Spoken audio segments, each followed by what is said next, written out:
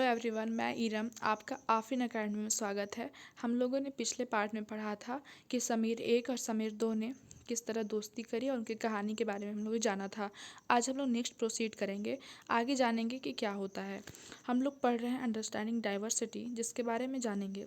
चलिए पढ़ते हैं। वाइल समीर एक is more familiar with English, कह रहा है यहाँ पे एक बॉक्स दिया है। सबसे पहले name 3 veg in which Sameer एक एंड समीर दो वेयर डिफरेंट, मतलब कि आपको बोल रहा है कि ऐसी तीन चीज़ बताएं जो समीर एक और समीर दो एक दूसरे से अलग थे।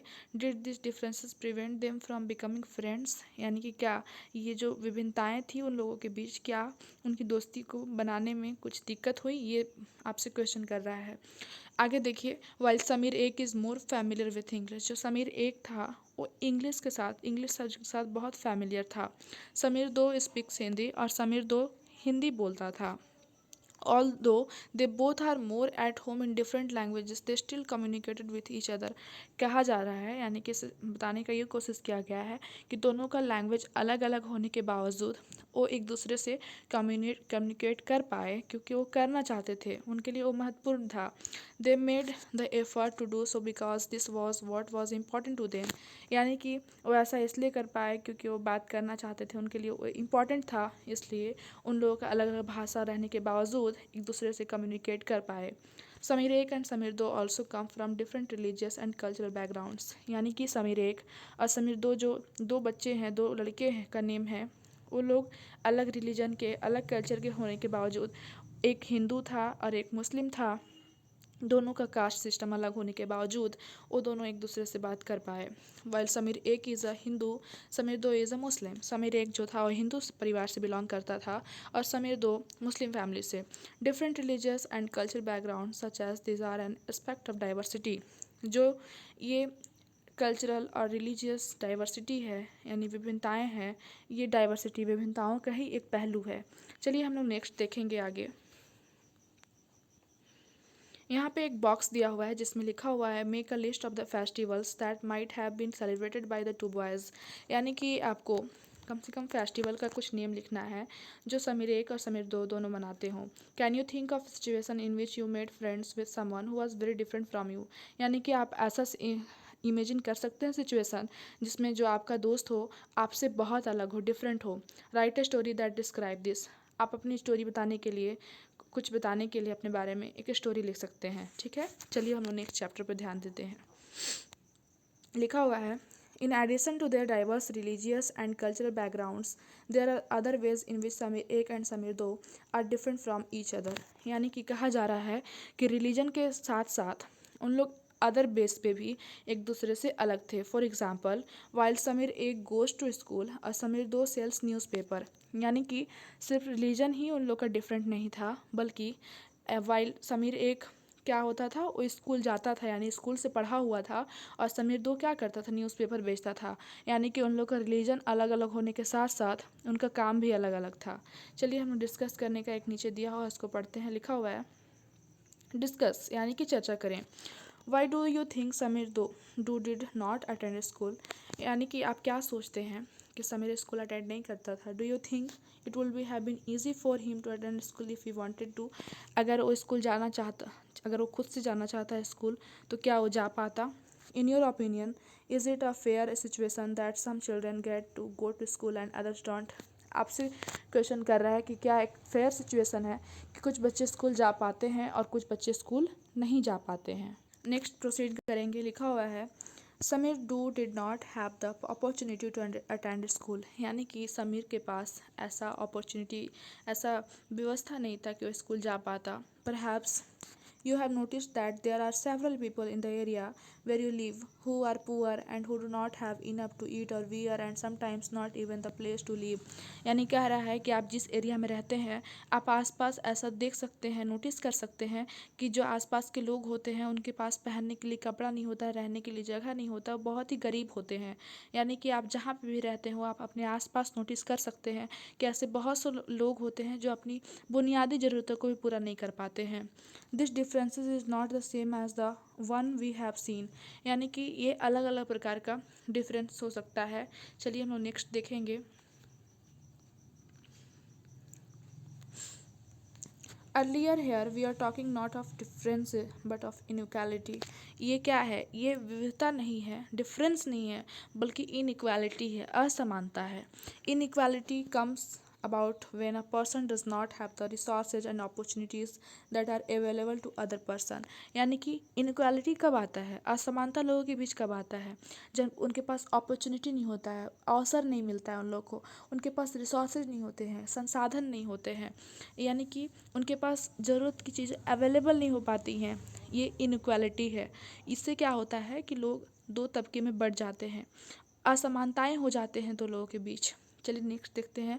The caste system is another example of inequality. आप जहाँ पे भी रहते होंगे, आपने देखा होगा, चाहे आप कोई भी रिलीजन से बिलोंग करें, आपने नोटिस करा होगा कि हर रिलीजन में कास्ट सिस्टम पे लोग बटे हुए हैं। तो कहा जा रहा है कि ये भी एक इनइक्वालिटी का ही एग्जाम्पल है। According to this society was divided into different groups depending upon the work that people did and they were suppose to remain in those groups. यानी कि कहा जा रहा है कि कास्ट सिस्टम किस बेस पे है, जो लोग काम करते थे, काम के आधार पे लोग आपस में ग्रुप्स में बढ़ चुके हैं। So if your parents were potters you could only become a potter. यानी कि अगर आपके पेरेंट्स पॉटर हैं तो आपको भी एक पॉटर ही बनना पड़ेगा। यानी कहा जा रहा है कि कास्ट सिस्टम इस बेस पे बांट दिया गया कि आपके पेरेंट्स या आपके घर के लोग जो भी करते हो वो काम आप भी करें। यानी कि आपके घर के लोग अगर टीचर हैं, आपके घर के लोग कुछ अदर सोसाइटी में कुछ अदर वर्क कर रहे हैं, तो आपको भी वो वर्क करना है और सीखना है। नथिंग एल्स, मतलब कि और कुछ आप नहीं कर सकते।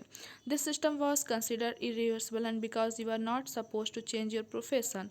यानी कि लोग क्या होता था कि उनके पेरेंट्स जो करते थे वो भी वही काम सीखते थे और बाकी का काम सीखने में इंटरेस्ट नहीं रखते थे, क्योंकि उनको वही करना होता था। It was not considered necessary for you to know anything more than that what you needed in your profession. मतलब कि लोग नेसेसरी नहीं समझते थे अदर चीज़ और ज़्यादा जानना, क्योंकि उन लोगों को अपने प्रोफेशन की ही नीड थी। This created a situation of inequality, और यही सिचुएशन है जो कि इनइक्वालिटी को बढ़ावा देता है। You will read more about this and other inequalities in the following chapter. आप इस चैप्टर में कुछ इस प्रकार की बातें और भी अलग तरह के जो इनइक्वालिटी यानी असमानता हमारे समाज में या हमारे कंट्री में पाए जाते हैं, इसके बारे में हम लोग पढ़ेंगे। आगे दिया हुआ है what does diversity add to our lives. यानी कि जो डाइवर्सिटी है, जो विभिन्नताएं हैं, वो हमारे जीवन को और कैसे समृद्ध बनाते हैं। आगे पढ़ते हैं, लिखा हुआ जस्ट लाइक समीर एक and Sameer Do become friends you might have friends who are very different from you. यानी कह रहा है कि आप जैसे पढ़े कहानी समीर एक और समीर दो, दोनों अलग अलग होने के बावजूद फ्रेंड्स बने, उस तरीके से आपके भी दोस्त होंगे जो कि आपसे बिल्कुल अलग होंगे। You have probably eaten different kinds of food. तो आपने भी अलग अलग प्रकार का भोजन किया होगा इन देयर होम्स, उनके घरों में। आगे लिखा हुआ है celebrated different festivals with them, और उनके साथ अलग त्यौहार मनाए होंगे। Tried out the clothes they wear, उन्होंने जैसे कपड़े पहनते हैं आपने भी कोशिश किया होगा या ट्राई किया होगा वैसा पहनने का। And learn some of their languages as well, और आपने उनके कुछ लैंग्वेज भी सीखे होंगे। नेक्स्ट लिखा हुआ है make a list of the food that you have eaten from different parts of India. यानी कि इंडिया के जो अलग अलग पार्ट में जो अलग अलग टाइप का फूड बनता है, आपने जो जो खाए हों उनका आपको एक लिस्ट तैयार करना है। Make a list of the languages besides your mother tongue that you can speak at least 1 or 2 words of. यानी कि आपके जो मातृभाषा है उसके अलावा आपको कुछ आप अगर कुछ ऐसी भाषाएं जानते हो जो अलग हैं, उनके कुछ शब्द आपको लिखना है। चलिए हम नेक्स्ट प्रोसीड करेंगे आगे। आगे लिखा हुआ है you probably like reading and hearing stories and adventures about different animals. आपको पढ़ना या सुनना पसंद होगा ऐसी कहानियाँ जो एडवेंचर से भरे हों, different animals, people and even ghost, अलग अलग जानवरों के बारे में हो, लोगों के बारे में हो, घोस्ट के बारे में हो। Perhaps you even enjoy making up stories your self, और शायद हो सकता है कि आपको खुद से स्टोरी बनाना भी पसंद हो।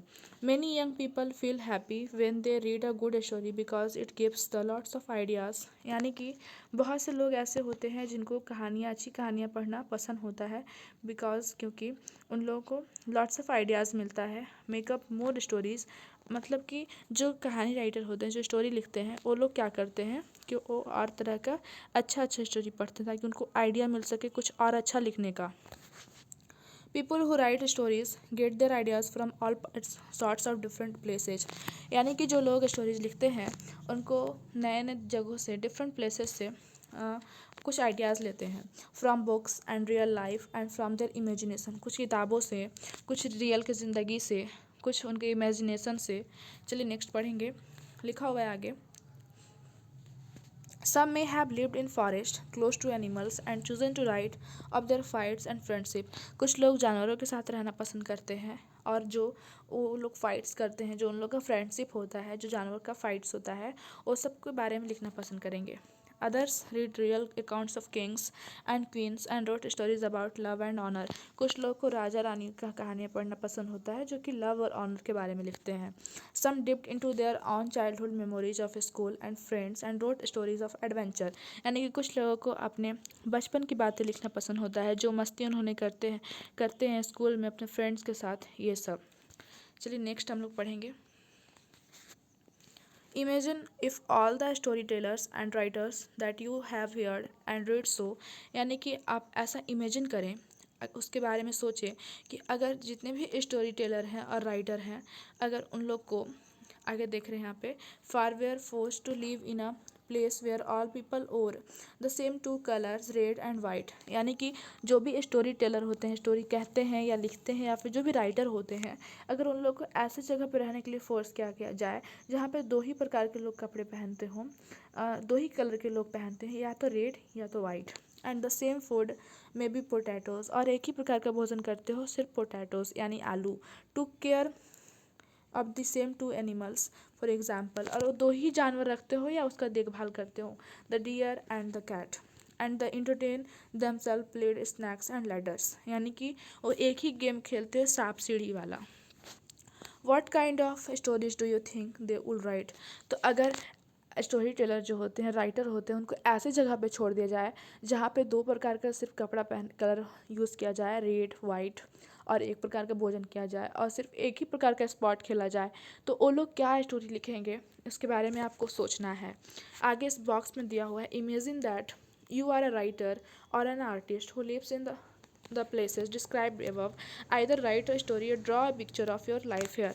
यानी कि आप ऐसा इमेजिन करें कि अगर आप एक राइटर हो या आर्टिस्ट हो और आपको ऊपर जो जगह बताया गया वैसी जगह पे अगर आपको छोड़ दिया जाए, तो आप किस प्रकार का राइटिंग करेंगे, यानी किस प्रकार का स्टोरी आप लिखेंगे। अगर आप आर्टिस्ट हैं तो किस प्रकार का ड्राइंग करेंगे।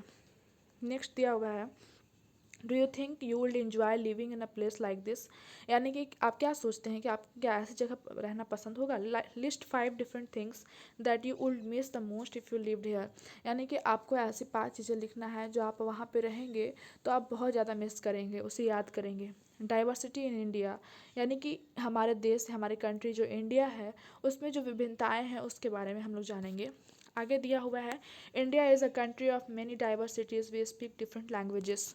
जो हमारा इंडिया कंट्री है ये विभिन्नताओं के लिए जाना जाता है, क्योंकि यहाँ पे बहुत सारे तरह के लोग होते हैं जिनका जो स्पीकिंग का तरीका होता है, बोलने का तरीका होता है, और जो लैंग्वेजेस होते हैं बहुत अलग अलग होते हैं।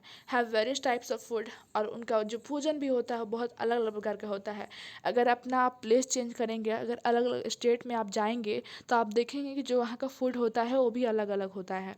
सेलिब्रेट डिफरेंट फेस्टिवल, और हर जगह के लोग अलग अलग त्यौहार को भी मनाते हैं।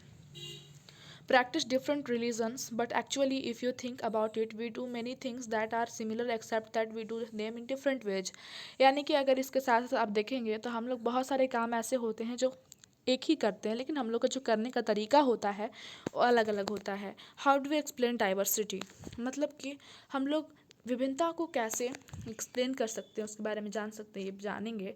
A little more than 200 years ago, यानी कि कुछ साल पहले, मतलब 200 ईयर्स एगो, 200 साल पहले, और long before the train, aeroplanes, bus और car become a part of our lives. यानी कि एरोप्लेन और बस कार हमारे पार्ट नहीं थे। People travel from one part of the world to another. तो जब लोगों को एक जगह से दूसरी जगह ट्रैवल करना होता था, जाना होता था, तो in ships, on horses, on camels और ऑन फुट। तो कैसे जाते थे, शिप्स के द्वारा, यानी कि जहाज़ों के द्वारा, घोड़ों के द्वारा, कैमल के द्वारा, और अपने चल के। आगे बॉक्स में दिया हुआ है, list at least 3 different ways in which people in India do the following, one of the possible answer has been provided for you already. यानी कि आपको 3 डिफरेंट वेज आपको यहाँ पे लिखना है जो कि इंडिया के लोग करते हैं। चलिए इस बॉक्स को आप लोग रीड करेंगे। नेक्स्ट हम लोग लाइन बाय लाइन मीनिंग जानते हैं आगे का। आगे लिखा हुआ है, often they went in search of new lands और new places to settle in और for people to trade with.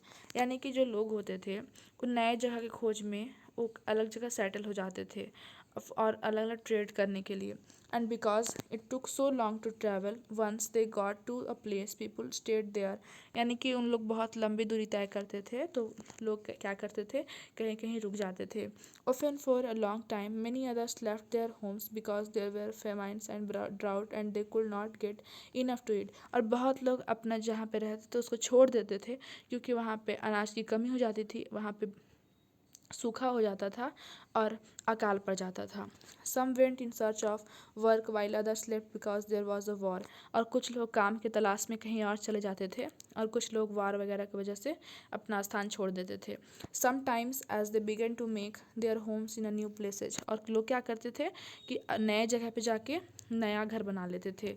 People began to change a little and at other times they manage to do things in the old ways. यानी कि लोग को ये बदलने की वजह से, जगह चेंज करने की वजह से वो लोग नए नए तरीके भी सीख जाते थे और पुरानी परंपरा को भी अपना लेते थे। सो देयर लैंग्वेजेस फूड, इसके वजह से क्या हुआ कि उनका जो लैंग्वेज है, जो फूड वो खाते हैं, ये सब में बहुत बदलाव हुआ। चलिए नेक्स्ट हम लोग देखेंगे। Music religions become a mix of the old and the new.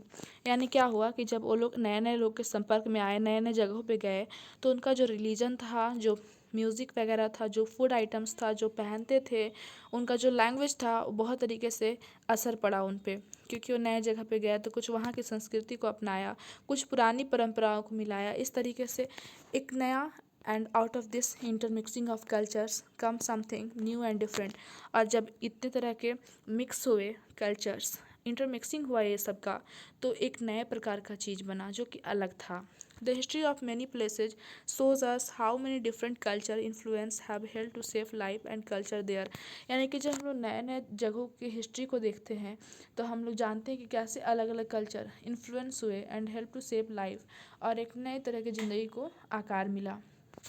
Thus regions become very diverse because of their unique histories। और इस तरह से उनके ये इस यूनिक हिस्ट्रीज़ की वजह से एक नया रीजन्स बना। Similarly, diversity also comes about when people adapt their lives to geographical area in which they live। यानी कि हम लोग के जीवन पे जियोग्राफिकल एरिया भी बहुत तरह का प्रभाव डालता है। जब पीपल अडेप्ट देयर लाइफ्स, यानी कि जब लोग अपने आप को जिस तरह के जगह पे रहते हैं, अपने आप को उस तरह से ढाल लेते हैं, अडेप्ट कर लेते हैं। The geographical area in which they live, for example living near the sea is quite different. यानी कहा जा रहा है कि जब लोग जहाँ पे रहते हैं उस तरह के जियोग्राफिकल एरिया जब जैसा रहता है वहाँ पे, उस तरीके से लोग अपने आप को अडेप्ट कर लेते हैं, उस तरह से जीना सीख जाते हैं। जैसे एक एग्जाम्पल के लिए दिया हुआ है, living near the sea is quite different from living in a mountainous area. यानी कि समुद्र के आसपास रहना और माउंटेन के आसपास रहना अलग हो जाता है। चलिए आगे पढ़ते हैं हम लोग।